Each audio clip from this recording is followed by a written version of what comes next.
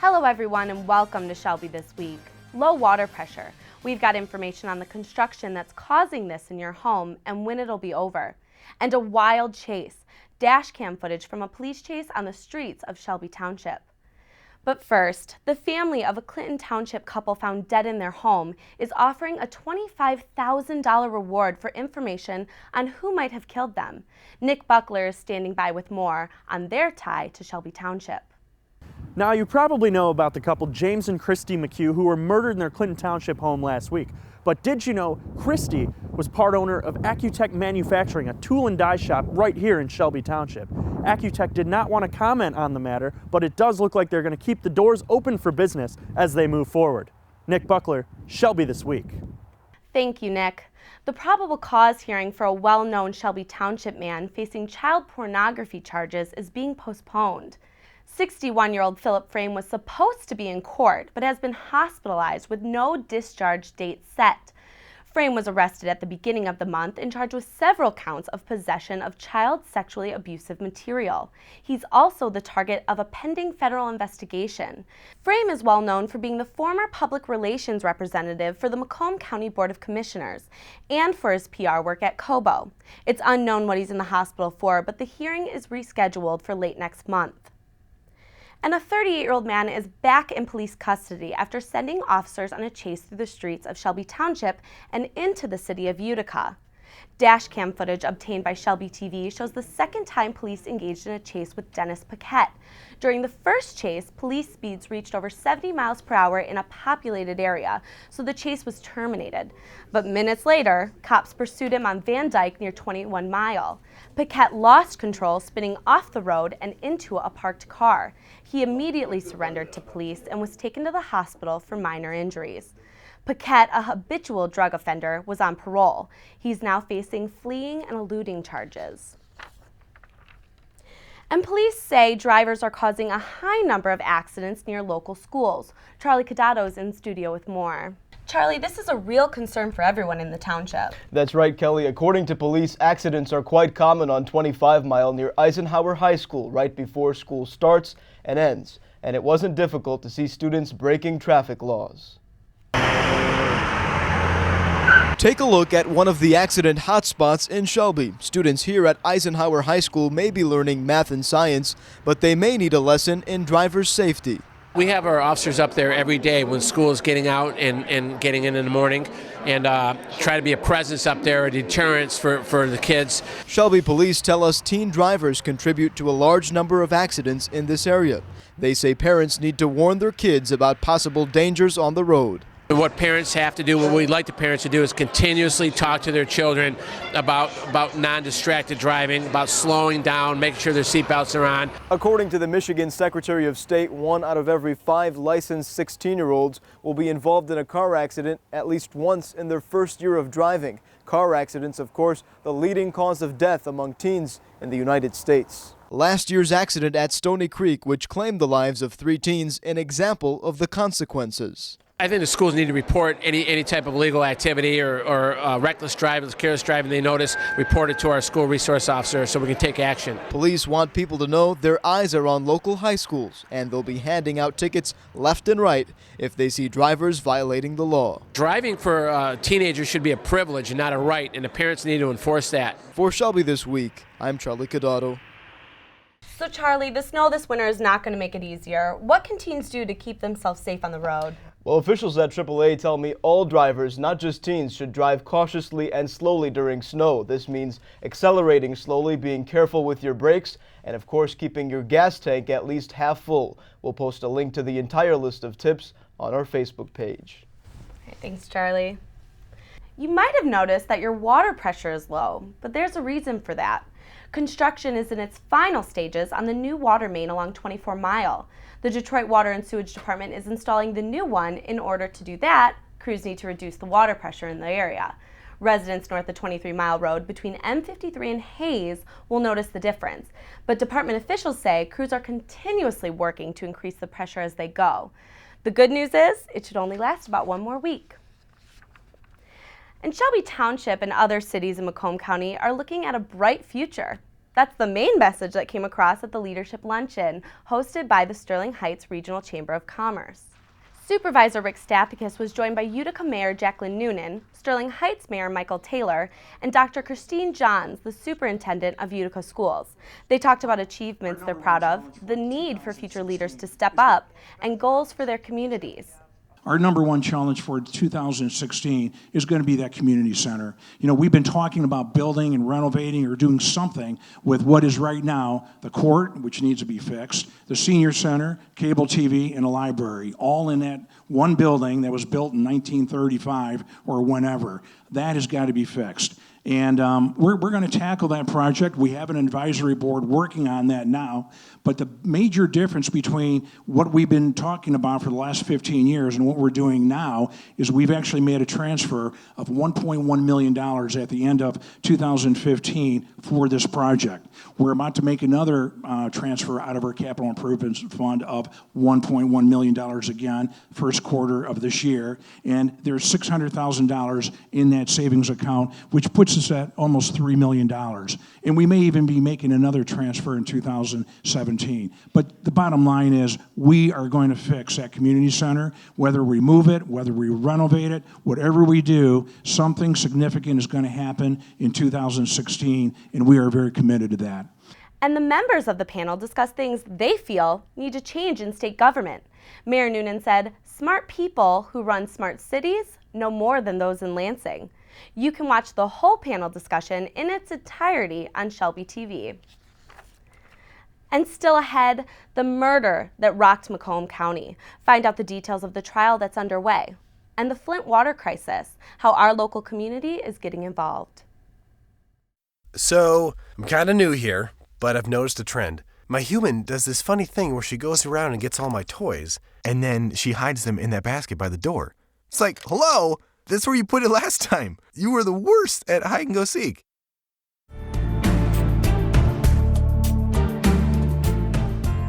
Hi residents of Macomb County, I'm your Chief Animal Control Officer, Jeff Randazzo, and I just want to take a moment and talk to you about the Gibraltar Trade Center adoptions.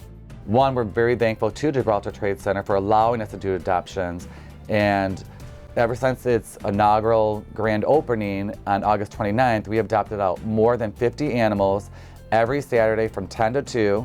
So if you are looking for a pet or family member, we'd love for you to come there. Again, it's Saturday 10 to 2. Over at Gibraltar Trade Center in Mount Clemens. And we bring all the animals, the homeless animals, here from Macomb County Animal Control that were picked up in your community. So it's your way of getting involved. And thank you for all your support. We truly are blessed to have you here.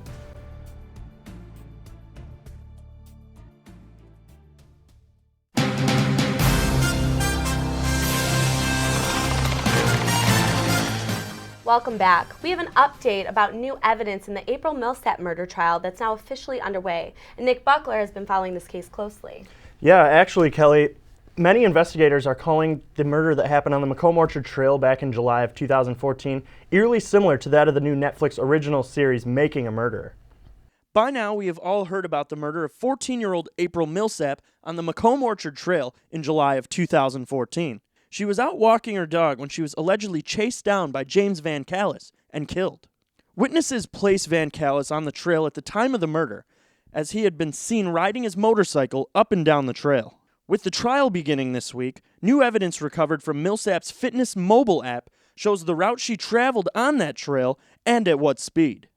However, Van Callis' defense team has called upon private investigator Michael Kelly to provide cellular expertise as to why GPS would be faulty.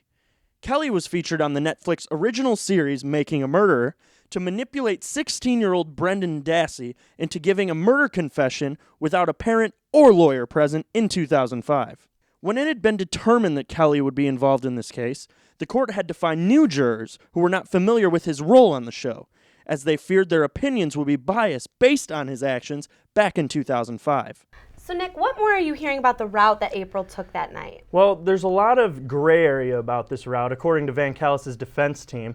They're saying that there's no way that she could have been exactly where they say that she was due to the kind of vagueness of GPS. And you mentioned in your piece about the documentary Making a Murderer. Why is this case similar to that? Well, on top of the fact that Michael O'Kelly has been brought in with the Van Callis defense team, who was obviously in episode 4 of Making a Murderer, they're saying that because Van Callis has had 5 to 6 previous misdemeanor charges and has missed his probation on certain court dates in the past, they're saying it's kind of somewhat people think it's a setup. Yeah. Well, thank you so much, Nick. Yeah, no problem. Hundreds honored the legacy of civil rights pioneer Dr. Martin Luther King Jr. right here in Macomb County. The Interfaith Center for Racial Justice hosts a countywide celebration every year. Charlie Cadotto has more. Today, too many people sit down and are silent. No silent, no more. The annual celebration honoring MLK brings local leaders under one roof to talk past and present. As the county and the cities are growing in diversity, we have to be reminded that we have to pay attention and be somewhat concerned with the issues. Activists say decades after the civil rights movement, injustice still exists in places like Flint. They believe the water crisis wouldn't have happened in a predominantly white neighborhood. It's only a racial injustice issue based upon the lack of concern for a city and a people who are predominantly black. What's happening in Flint is a reflection of what happens when you have unaccountable and untransparent government. And with changing demographics in Macomb County, leaders want to make sure residents are aware of different cultures and religions. Kind of go back 20 years ago, the county was probably 95% Caucasian. You know, today, Sterling Heights, 1 out of 4 people living in Sterling Heights is foreign born. For Shelby This Week, I'm Charlie Cadotto. Thank you, Charlie. In the coming weeks, a U.S. House committee will hold a hearing on the Flint water crisis. And as the federal government gets involved, people closer to home are getting involved as well. Shelby Police and Fire Departments are hosting water drives to help the residents of Flint. We are going to use the police department and all 4 fire stations as water drop-off points. On the 29th, Utica Van Dyke Tow has graciously donated a truck to deliver all of the water up to Flint. So we're going to take water. They can be brought just to the front lobbies of the fire and police stations, and we'll take whatever people want to bring. Yeah, so we really want to help out those poor folks in Flint that are really going through a hard time. And we know in Shelby what community is all about, and we want to extend that community hand to City of Flint. Again, water donations can be dropped off in the lobby or at the front door of any station. And the Utica Education Association is also doing their part to help the schools. Word broke over the course of months about what was going on in Flint. Our own Utica Education Association donated $500 following that. Then later on, Save Michigan Public Schools put together the GoFundMe page. What it did was just spur awareness and get the word out. So hopefully we encouraged others to donate and you know, others not only within our union but others outside of our union to help the people of Flint and the students of Flint Public Schools. Those kids could be anyone's kids. They could be our kids. They could be our students. And we as teachers look out for our students. That GoFundMe page has raised more than $5,000 for Flint schools. U.S. Representative Candice Miller is receiving a major award for all of her work in local and state government. Representative Miller has held several positions, including Macomb County Treasurer and Michigan's Secretary of State. The Michigan Township Association will be giving her the Lifetime Achievement Award for all of her work in local government and the importance she places on serving our community. If you're feeling stressed out this time of year, you're not alone. Health reporter Bonnie Kay is here to tell us about a studio right here in Shelby Township that has a variety of therapeutic yoga classes, including stress relief. Bonnie, welcome to Shelby TV. Thank you. It's great to be here. And now, tell us more about this yoga that gets rid of stress. Okay. Well, first of all, if you're like a lot of people, you're buried in credit card bills from over the holidays, dealing with a traumatic event in your life, you know, stress comes in so many forms that can affect you physically, emotionally, and spiritually. Inhale the arms up. Yoga helps calm your mind and body through a series of poses and breathing techniques. Although it's been around for thousands of years, the practice continues to evolve with new twists on an old theme. Dawn Freilich just opened her doors at Bala Yoga and Wellness in Shelby Township in October 2015. In addition to more traditional classes for fitness and flexibility, she offers specialty classes that help you sleep better, get rid of back pain, and cope with traumatic and everyday stress. Everybody's stressed out this time of year. How can yoga help us? Yoga can help through breath and postures to really relax the body, relax the mind, calm the mind, reduce any anxiety, depression, stress. Students are finding that yoga can be a holistic alternative to help cure a variety of ailments that are traditionally dealt with at the doctor's office. Really stretches my muscles out, helps relieve my back pain. I had spinal fusion a couple years ago, so it really helps. I have fibromyalgia, and nothing seemed to be working. They were medicating me, and I decided to give yoga a try, and I took a yin class and saw improvement within a couple weeks. Now this is an interesting pose you may not be doing in your yoga class. It's for my pelvic floor and for restoration, right, Dawn? Yep, it's a restorative pose to help the pelvic floor. It creates blood flow and oxygen gets into the pelvic floor, releasing your sacrum. So right now I'm pressing into your quads, so you can get a lot deeper of a stretch than just the usual legs up the wall pose. I'm going to stand over you. This legs up the wall pose is part of Dawn's pelvic floor class, especially designed for women. We have yoga for pelvic floor, which is for anyone that's suffering from any type of incontinence issues, bladder issues, pelvic pain, any type of traumatic births that they may have had, or anything like endometriosis. Penny Carroll teaches a class to help with PTSD, post-traumatic stress disorder for veterans returning from the war.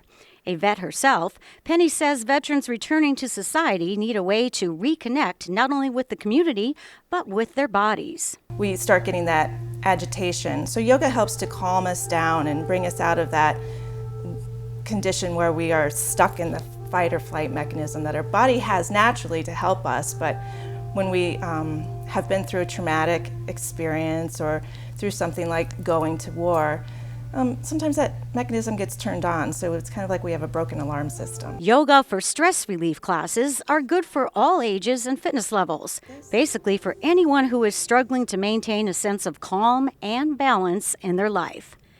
The Bala Yoga and Wellness Center also offers a class for cancer survivors, free of charge. So the focus at this studio really does cover a wide range of therapeutic needs. Well, thank you so much, Bonnie. And you can see more of Bonnie's health tips on Shelby TV's Inside Fitness. And coming up on Shelby this week, Art for the ER, how Utica Community School students are brightening up a local hospital. And you can save 3 lives today. It's that easy. Find out more next.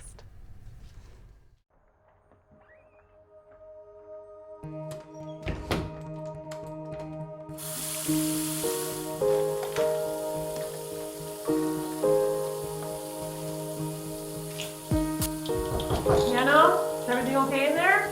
Just a minute, Grandma.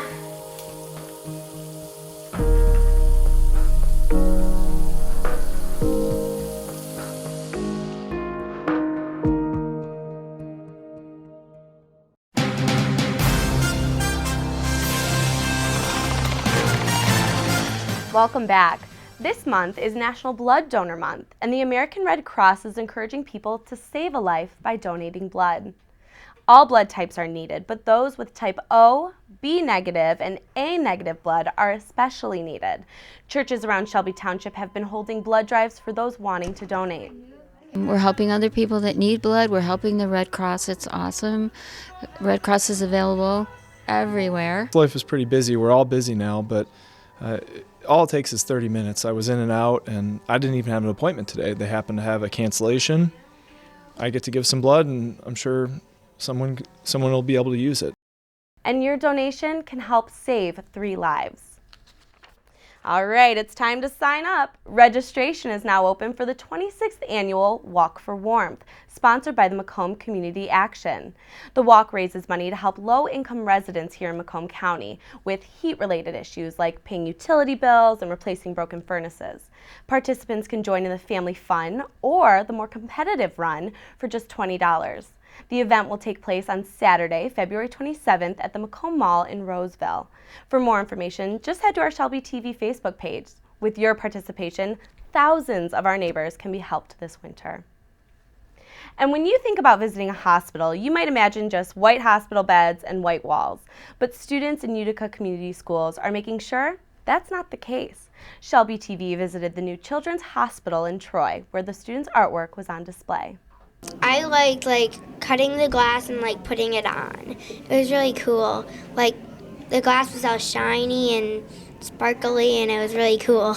Bella, a third grader at Morgan Elementary, came to visit her artwork at the hospital's student art preview. 18 schools from the area were chosen to make murals and mosaics, including schools in Utica. We had students create sketches. Every class created snowflake sketches, and then the students voted upon which snowflake they wanted represented in the mural. Then we actually had interview and written applications to be a member of the Morgan mural team. So then the students voted on that as well. We wrote a speech, and the class voted on it, and mine was one of the top ones. Teachers and students designed their murals around the 4 seasons, and professional artists were then brought in to work with kids on making the final product. So once they gave me the design, then I took it and prepared it on the board and came back into the school with another artist that I work with, Donnie Katsir, and the two of us worked showing the students how to actually cut the glass. You really saw the kids' excitement from the early morning where the canvas was basically blank, the wood boards. At the end of the day, kids came back and couldn't believe what we accomplished. And while working to make their masterpiece, the artists and students talked about the bigger picture. And we talked about kids in the hospital, that they can't go outside and they can't go fly their kites and they can't go swimming when they're in the hospital. But they can walk in the halls and they can feel some of the outside right then and feel good from the art. Being stuck in a hospital and not being able to go outside is something Ashley, a 5th grader at Beacon Tree Elementary in Shelby Township, knows all too well. This is very personal because Ashley was born with 2 eye conditions. When she was born, she had microophthalmia, which is small eye, and then she had PHPV, which made her eyes hazy. She couldn't see well. Ashley and her brothers got to work on the murals that will now hang in the hospital, similar to the one she's been in and out of since birth. I did the sun. I did the blue, a little bit of the wagon, the swing, and then we did some of the bird. It was really fun. And while the art may seem like nothing to us, for parents and kids in the hospital, it's so much more than just paint and glass. The artwork, yeah, it does. It takes your mind off and the pain and the hurt that they're going through, and even with the parents and stuff, to focus on something else for a minute or two. But it's just comes to full circle being here to see her artworks, know that she put her hands and effort into it and everything like that. So it's just a great thing. Yeah. Children's Hospital in Troy will officially open next month. And that's it for us at Shelby this week. You can watch us all the time at shelbytv.org. And don't forget to like us on Facebook. Just search Shelby TV. For all of us here at Shelby this week, thanks for watching.